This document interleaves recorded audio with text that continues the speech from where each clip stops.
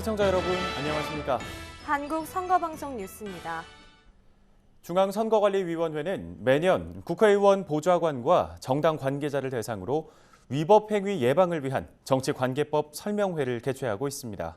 올해에는 제21대 국회가 개원함에 따라 많은 관계자가 참석했는데요. 2020년도 상반기 정치관계법 설명회가 열린 현장을 직접 다녀왔습니다. 중앙선거관리위원회는 지난 17일 서울 여의도 국회의원회관 대회의실에서 국회의원 보좌진과 정당 관계자를 대상으로 정치관계법 설명회를 개최했습니다. 이번 정치관계법 설명회는 제21대 국회의원 임기 개시에 따라 국회의원 의정활동 등과 관련한 정치관계법의 주요 내용 및 사례 안내를 통해 모르고 발생할 수 있는 위법 행위를 사전에 예방하기 위해 진행되는데요. 국회의원 보좌진과 정당 관계자 등 실수요자의 요구를 반영하여 적극적으로 법규 정보를 제공했습니다. 회계 책임자의 역할이 정착금에 대해서는 저기가 A에서 Z로 봤을 때 처음과 시작이라고 보시면 됩니다. 정치관계법 설명회에서는 공직선거법의 주요 내용 및 사례, 공직선거 절차 사무에 의해 정치자금 수입 지출 회계 처리, 정치자금 회계관리 프로그램 활용 방법 등에 관한 내용을 상세히 설명했는데요. 앞으로도 중앙선거관리위원회는 국회의원 보좌진과 정당 관계자를 대상으로 한 교육 등으로 위반 행위 예방을 위해 지속적인 관심을 기울일 예정입니다. 요즘 SNS에서는 사진 기반 인스타그램과 더불어 1인 미디어나 방송을 바탕으로 한 유튜브 등의 동영상 플랫폼이 발달하면서 선거운동 과정에서 동영상을 이용한 허위사실 유포, 비방 등이 증가하는 추세입니다. 이에 대한 대응책 마련이 시급한 상황인데요. 중앙선거관리위원회 사이버 선거범죄 대응센터는 음성인식 엔진을 적용한 동영상 모니터링 시스템을 구축했다고 밝혔습니다. 자세한 내용 알아봅니다. 중앙선거관리위원회 사이버 선거범죄 대응센터는 사이버 선거범죄 대응 시스템, 디지털 포렌식 등 과학적 조사 기법을 적용하여 온오프라인상에 유포되는 허위 사실 등을 예방 단속하는 부서입니다. 최근 사이버 선거범죄 대응센터는 음성인식 엔진을 적용한 동영상 모니터링 시스템을 구축해 운용하고 있다고 밝혔는데요. 음성인식 엔진은 동영상의 음성을 컴퓨터가 해석해 그 내용을 문자 데이터로 전환하는 처리 방식입니다.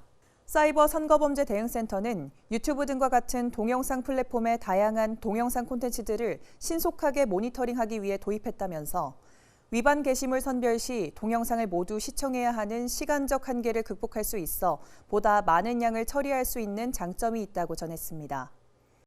음성인식 엔진을 이용한 동영상 모니터링 시스템은 크게 수집, 검색, 분석 등으로 구분할 수 있습니다.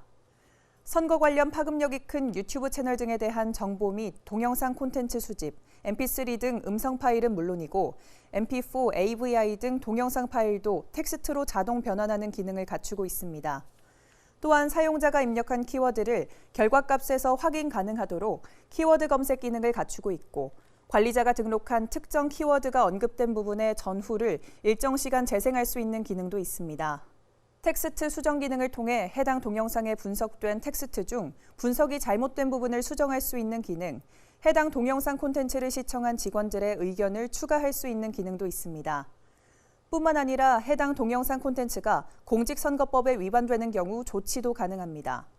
그 밖에도 변환 현황 분석, 일별 시간별 조회 등의 관리와 서버 모니터링, 인식률 향상을 위한 음성 엔진 인공지능 학습 기능도 탑재하고 있는데요.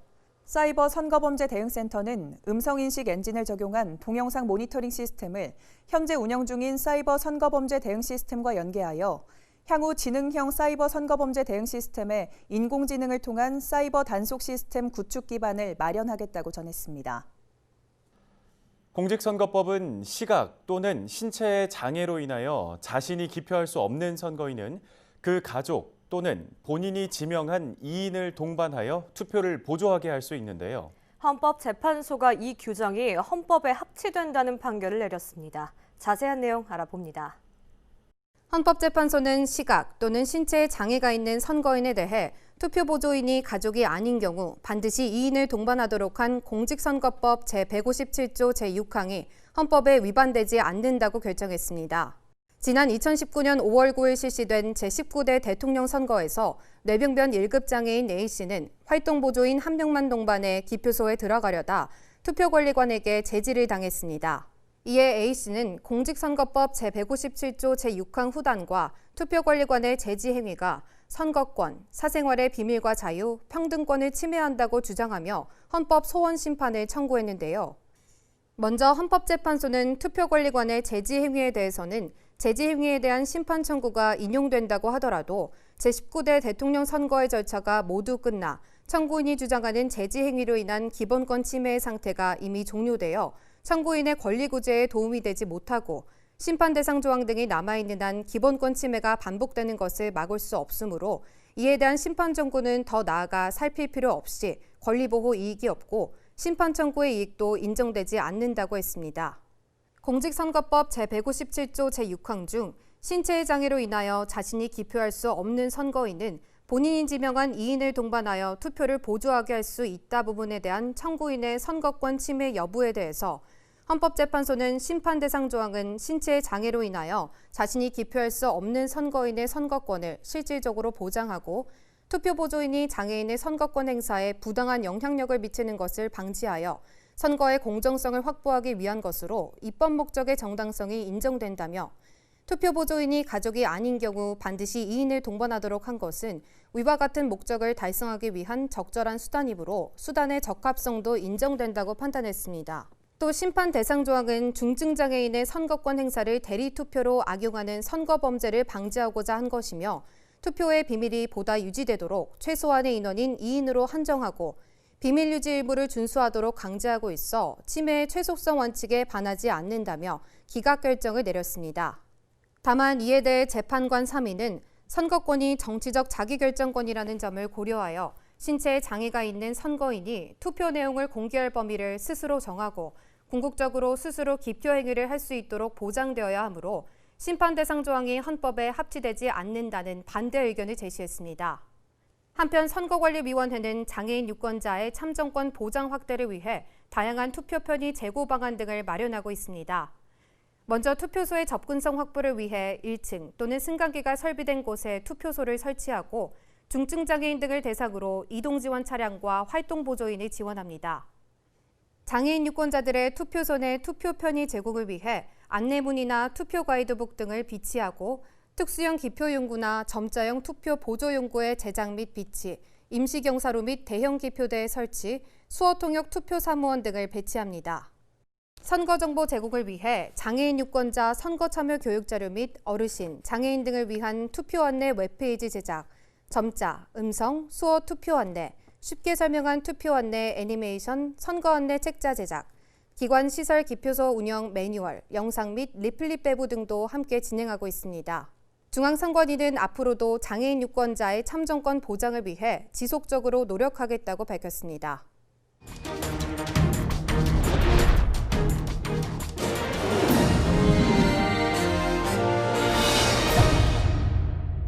이번에는 이것이 궁금하답니다.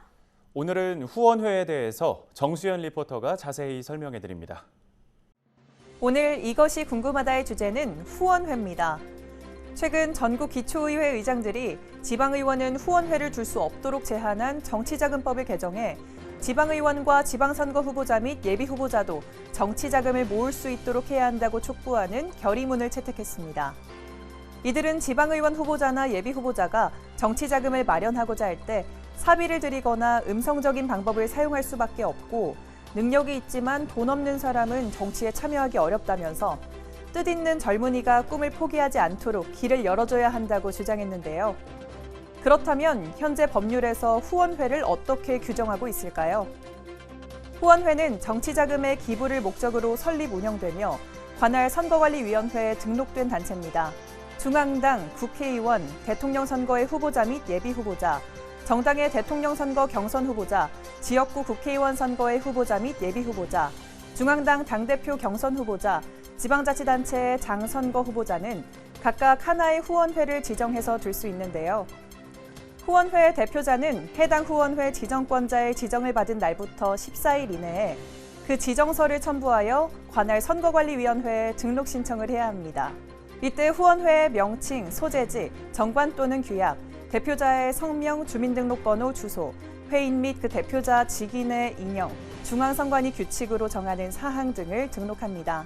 후원회는 관할 선거관리위원회에 등록한 후 후원회 회원과 회원이 아닌 자를 포함한 후원인으로부터 후원금을 모금하여 이를 해당 후원회 지정권자에게 기부할 수 있습니다.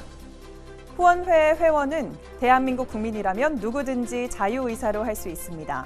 다만 국내외의 법인 또는 단체 등 기부를 할 수 없는 자와 공무원, 사립학교의 교원, 법령의 규정에 의하여 공무원의 신분을 가진 자 등 정당의 당원이 될 수 없는 자는 후원회 회원이 될 수 없습니다. 후원인이 후원회에 기부할 수 있는 금액도 제한이 있습니다. 후원인은 연간 2천만 원을 초과해서 기부할 수 없는데 대통령 후보자나 대통령 선거 경선 후보자의 후원회에는 각각 1,000만 원, 그 외의 후원회에는 각각 500만 원 이내로 기부할 수 있는데 익명으로는 1회 10만 원 이하, 연간 120만 원 이하의 후원금을 기부할 수 있습니다. 후원회는 연간 모금할 수 있는 한도액이 있습니다. 중앙당 후원회는 50억 원, 국회의원 후보자 등 및 당대표 경선 후보자 등의 후원회는 각각 1억 5천만 원까지 모금할 수 있는데요. 임기 만료에 의한 국회의원 선거가 있는 연도에는 후보자를 추천한 정당의 중앙당 후원회 및 지역구의 후보자로 등록한 국회의원 후원회는 연간 모금 기부 한도액의 2배까지 모금 기부할 수 있습니다. 따라서 제21대 국회의원 선거가 치러진 올해 지역구의 후보자로 등록한 국회의원 후원회는 한도액의 2배인 3억 원까지 모금 기부할 수 있습니다. 후원회가 후원금을 모금하는 방법은 어떤 것이 있을까요?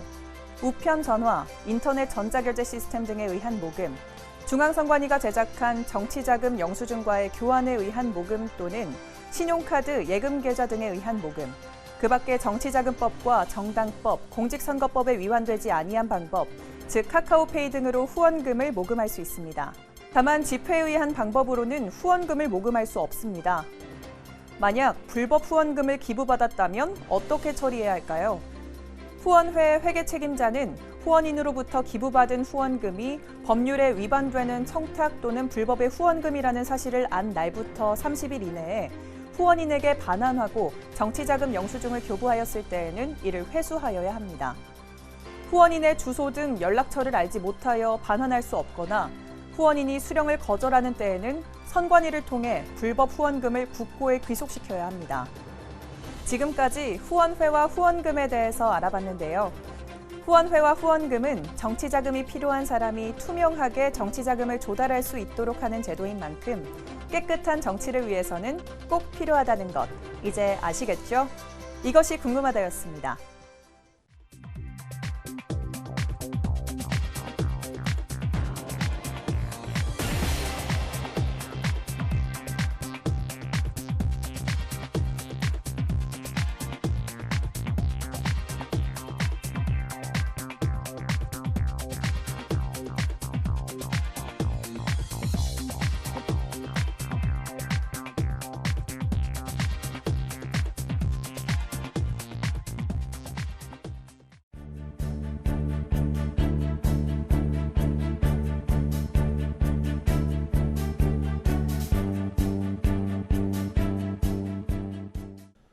오늘 한국 선거방송 뉴스는 여기까지입니다. 시청해주신 여러분 고맙습니다.